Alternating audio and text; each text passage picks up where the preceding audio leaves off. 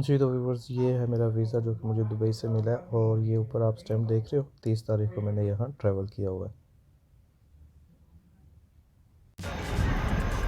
अस्सलाम वालेकुम viewers, welcome back to another video. तो करते हैं जी आज की वीडियो का आगाज़। अभी मैं हूँ केप टाउन, साउथ अफ्रीका, और इस वक्त हूँ मैं रोबन आइलैंड पे, जहाँ से नेल्सन मंडेला को अरेस्ट किया गया था और उसके बाद फिर उसको और उसके साथियों को भी यहाँ काफ़ी जो है ना मेहनत मशक्क़त का काम देते रहे हैं।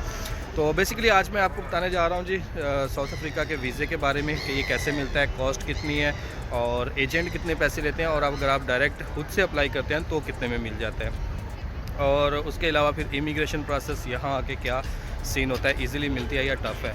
तो ये है जी साउथ अफ्रीका। अच्छा, जहाँ तक मैं बात करूँ ना एजेंट्स की, तो एजेंट्स आपसे लेते हैं। मैंने एक एजेंट से बात की तो वो मुझसे 5000 दिरहम मांग रहा था। उससे शायद ये था कि शायद इसके पास कुछ डॉक्यूमेंटेशन वगैरह नहीं है, बैंक स्टेटमेंट नहीं है, तो इसलिए वो मुझे कह रहा था कि 5000 लगेंगे। और उसके अलावा फिर जो दूसरे एजेंट से मैंने बात की तो उसने कहा कि मैं आपसे 1500 दिरहम लूँगा और डिस्काउंट करके आपसे 1400 दिरहम ले लूँगा, अगर आप मुझे बैंक स्टेटमेंट भी देते हो, सारे डॉक्यूमेंट्स जितने भी रिक्वायर्ड है ना वो देते हैं। तो फिर मैंने यही फैसला किया कि इनसे क्यों करवाना, मैं खुद ही करवाता हूँ। जो अगर मेरे पास डॉक्यूमेंट्स जो पूरे हैं, तो एजेंट्स से बचने के लिए फिर मैंने जो ऑफिशियल वेबसाइट है साउथ अफ्रीका की, उस पर गया और उस पर जाके देखा कि इसके रिक्वायर्ड डॉक्यूमेंट्स क्या हैं, क्योंकि नॉर्मली हम बंदों को ना जो नए होते हैं पता नहीं होता कि रिक्वायर्ड डॉक्यूमेंट्स क्या है और इसका प्रोसेस क्या है। ठीक है, तो आज की इस वीडियो में मैं आपको कंप्लीट प्रोसेस बताने जा रहा हूँ कि आप खुद से कैसे अप्लाई कर सकते हैं और कैसे एजेंट से बच सकते हैं और अपने पैसे सेव कर सकते हैं। तो जहाँ तक तो रिक्वायर्ड डॉक्यूमेंट्स की बात है, इसमें आपके पास आपका पासपोर्ट जो कि 6 मंथ तक वैलिड होना चाहिए। उसके बाद आपका नो ऑब्जेक्शन सर्टिफिकेट जो आपने कंपनी से लेना है। उसके बाद फिर आपकी बैंक स्टेटमेंट आती है, ट्रैवल इंश्योरेंस आती है, होटल बुकिंग आती है और रिटर्न टिकट आती है। ये 6 डॉक्यूमेंट्स हैं। इसके अलावा कोई डॉक्यूमेंट्स नहीं मांगते। आप इनिशियल स्टेज अगर कोई एक्स्ट्रा जो है ना वो लगाना चाहें तो लगा सकते हैं। जैसे आपका कॉन्ट्रैक्ट, अगर आप ओनर है किसी कंपनी के, तो वो टेनेंसी या ऐसा करके कुछ उसे बोलते हैं। ठीक है, वो अगर आप चाहें लगाना तो लगाएं, नहीं चाहते तो ना लगाएं, कोई टेंशन नहीं है। ठीक है, ये डॉक्यूमेंट्स लेके फिर आपको कॉन्सुलेट में नहीं आप डायरेक्ट जा सकते, क्योंकि जो साउथ अफ्रीका की कॉन्सुलेट है, एम्बेसी है, वो डायरेक्ट एक्सेप्ट नहीं करती।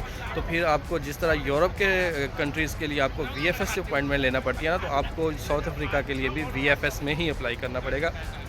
तो जब आपके डॉक्यूमेंट्स रेडी हो जाएं, आप VFS से ऑनलाइन अपॉइंटमेंट ले लें। 1-2 दिन के अंदर अंदर अपॉइंटमेंट मिल जाती है, कोई टेंशन नहीं है। और उसकी जो फ़ीस होती है वो होती है 280 दिरहम, 280 या 290, टैक्स वगैरह मिला के ना मैक्सिमम इतनी आती है, 280 या 290। तो ये उसकी अपॉइंटमेंट जब आपने ले ली, उसके बाद फिर आप अपने डॉक्यूमेंट्स लेके जिस दिन की आपकी अपॉइंटमेंट है आप चले जाएं VFS ऑफिस और वहाँ अपने डॉक्यूमेंट्स सबमिट करवा दें। सबमिट करवाने के बाद 3 से 4 दिन के अंदर आपका वीज़ा ग्रांट हो जाता है। ठीक है, 290 दिरहम और जो है ना VFS की फ़ीस है। उसके बाद जो ट्रैवल इंश्योरेंस है वो आप 40 दिरहम की करवा लें, 50 दिरहम की करवा लें, जो भी आपको मिलती है इजीली सस्ती आप वो करवा सकते हैं। वो हो जाने के बाद फिर आपकी जो VFS में एम्बेसी फ़ीस है ना, जो कॉन्सुलेट फ़ीस है, बेसिकली वीज़ा फ़ीस जो है वो 250 दिरहम है। तो ये आपने वहाँ उनको पे करनी है।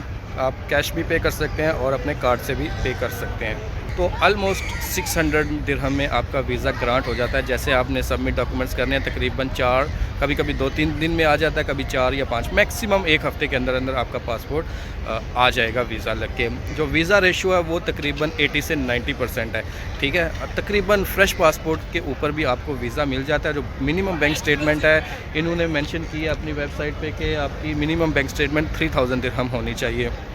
लेकिन अगर आप बिल्कुल फ्रेश पासपोर्ट पे अप्लाई करते हैं तो मैं आपको रिकमेंड करूंगा कि आपके बैंक अकाउंट में मिनिमम जो है ना 5-7 हज़ार से ऊपर ही हो तो ही आप अप्लाई करें। तो ये थी जी आज की वीडियो। अगर आपको मज़ीद कोई इन्फॉर्मेशन चाहिए वीज़ा के बारे में या यहाँ के बारे में, तो आप मुझसे कमेंट सेक्शन में पूछ सकते हैं, मैं रिप्लाई करूँगा। तो जिन दोस्तों ने अभी तक चैनल को सब्सक्राइब नहीं किया उनसे रिक्वेस्ट है कि चैनल को सब्सक्राइब कर लें और बेल आइकन को प्रेस कर लें, ताकि आने वाली हर नई वीडियो का नोटिफिकेशन सबसे पहले आपको मिल सके। तो मिलते हैं जी नेक्स्ट व्लॉग में, तब तक के लिए मुझे दीजिए इजाज़त। अपना बहुत सारा ख्याल रखिएगा, दुआओं में याद रखिएगा। अल्लाह हाफिज़।